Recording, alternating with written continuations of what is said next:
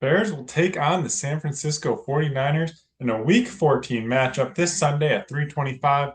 Let's get into the keys and storyline as the Bears take the field for the first time with Thomas Brown as head coach.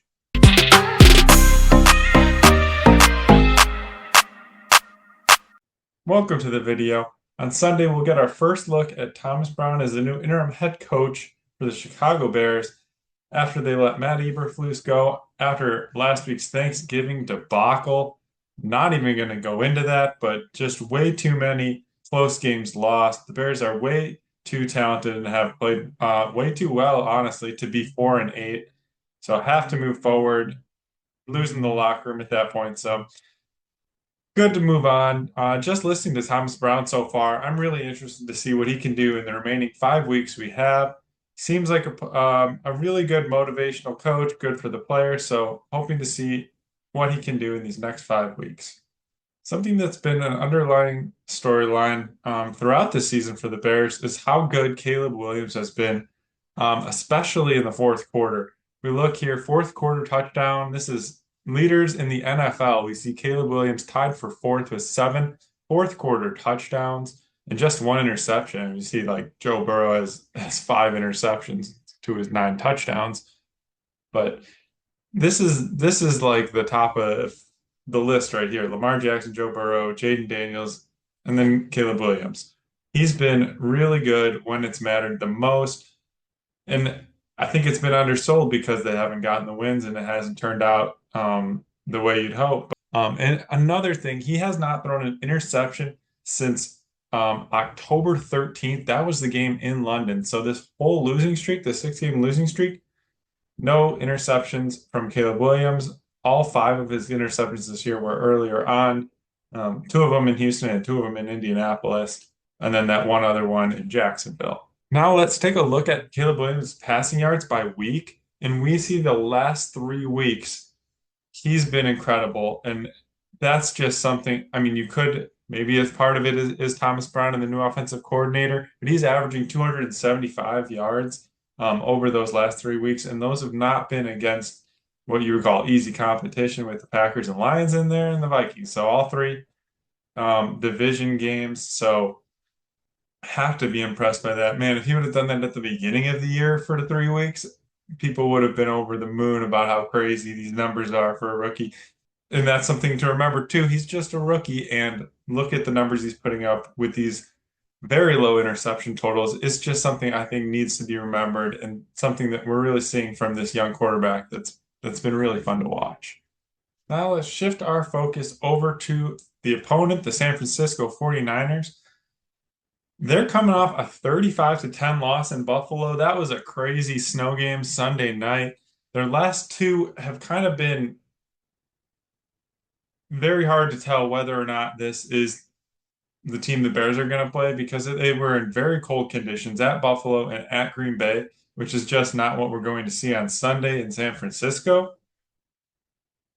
So it's really hard to put a whole lot into those 38-10 to Green Bay and then 35-10 at Buffalo in those losses. The one before 2017 to the Seahawks, a much closer game. So they're 5-7 on the year, but it's really difficult to know exactly what the Bears are going to get on Sunday. Now let's take a look at their receiving leaders, and we'll see Brandon Ayuk out for the year, so we won't see him. We won't see McCaffrey, which is a huge part of that receiving as well as the rushing game. So it's going to be Kittle's going to be a key to get it on George Kittle, and especially in the red zone. Bears generally have been really good in the red zone, but last week they did give up 2 touchdowns to Sam Laporta at the tight end position. And then Juwan Jennings has been another guy that has really turned out to be the number 1 option with this offense, or number 1 option as a receiver, maybe besides Kittle on in that receiving game. The rushing with Christian McCaffrey out. They've got Mason. He's going to be out. So where do they go from here? Isaac Guerendo is the rookie out of Louisville. He's probably going to be the starter. Seems like he's going to be the starter. They've also got Patrick Taylor on the roster, Israel Abanikanda, who they've claimed from the Jets, and then they do have fullback Kyle Juszczyk as well, so he may get some looks as well in there. But either way, a very inexperienced running back room for the 49ers this week. So something that hopefully the Bears can capitalize on and really stop any sort of rush from the 49ers. In general, for the 49ers offense, they're seventh in yards per game on the season, but in the last 3 games, 30th. So they are really still struggling on. And one of those games, Brock Purdy did not play.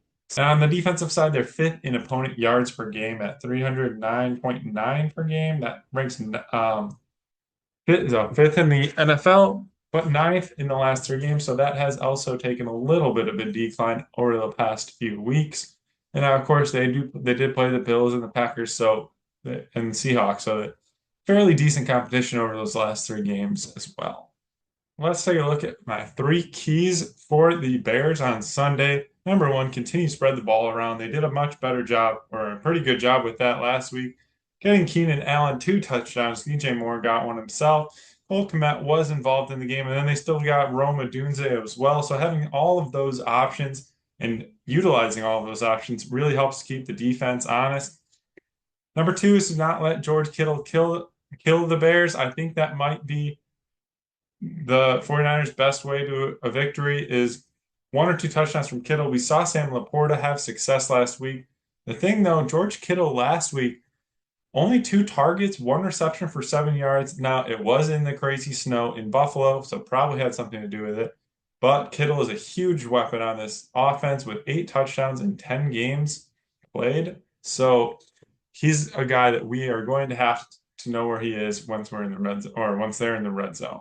And number 3 is no bad penalties. I mean, the last few weeks, this has been awful. Like there was a terrible offsides last week that gave the Lions a first down. We've seen it multiple times over the last few weeks. Let's hope we're a lot better on that as we have week 1 with Thomas Brown. And the third reason that I have this no bad penalties on there is because the Bears have been really rough on the road this year, 0-5. So we're still looking for that first road win. Let's take a look at the odds. Bears currently +3.5, +167 on the money line. So that translates to a 35.9% implied win probability. That's about what they were 2 weeks ago against Minnesota when they were at home. So let's look into my prediction here. I've got Bears 23-17 over the 49ers. I think they can get there. The 49ers have really struggled to score with just 10 points in each of their last 2 games. I think the Bears offense keeps it rolling, and with some good weather, I think they can have a couple more passing touchdowns for Caleb Williams as well and make it a good debut for Thomas Brown. If you made it to the end of this video, thank you for watching. Please like the video and subscribe to the channel. Feel free to leave any comments. And what I'm most excited to learn about and hear about from you guys is what you think Thomas Brown will be like as head coach. And let's say if he goes 4-1, is he the next coach of the Bears? That's a great question. Well, we may never know, but let's find out. I'm excited. Let's get these last 5 weeks going. And until next time, go Bears.